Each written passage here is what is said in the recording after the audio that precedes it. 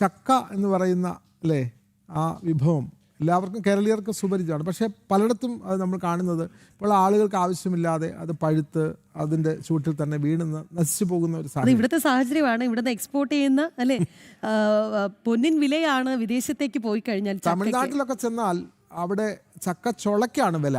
ഓരോ ഇത്ര ചക്കച്ചോളയ്ക്ക് ചക്കച്ചോളം വിൽക്കുകയാണ് ചില കടകളിൽ.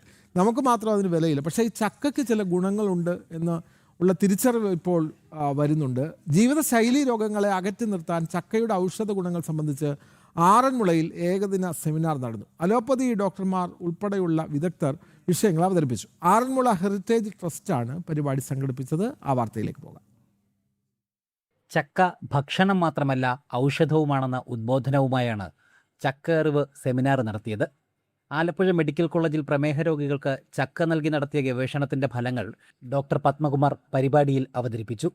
കൊച്ചി സെയിൻറ് ജോസഫ്സ് ആശുപത്രി ഓങ്കോളജി മേധാവി doctor Thomas Varghese, KGMOA Alappuzha ജില്ലാ പ്രസിഡന്റ് ഡോക്ടർ സാബു സുഗതൻ, കായംകുളം കൃഷി വിജ്ഞാൻ കേന്ദ്രത്തിലെ വിദഗ്ധ ജിസ്സി ജോർജ്, പ്ലാവു ജയൻ തുടങ്ങിയവർ വിവിധ വിഷയങ്ങൾ അവതരിപ്പിച്ചു. മുതിർന്ന BJP നേതാവും മുൻ മിസോറാം ഗവർണറുമായ കുമ്മനം രാജശേഖരൻ പരിപാടിയിൽ അധ്യക്ഷനായിരുന്നു. ഈ കേരളം നേരിടാൻ പോകുന്ന ഏറ്റവും വലിയ ഭീഷണി, വെല്ലുവിളി, പ്രതിസന്ധി, പ്രതിബന്ധം ഈ ആരോഗ്യം, ഈ കേരളത്തിലെ ജനങ്ങളുടെ ആരോഗ്യ വിഷയമാണ്.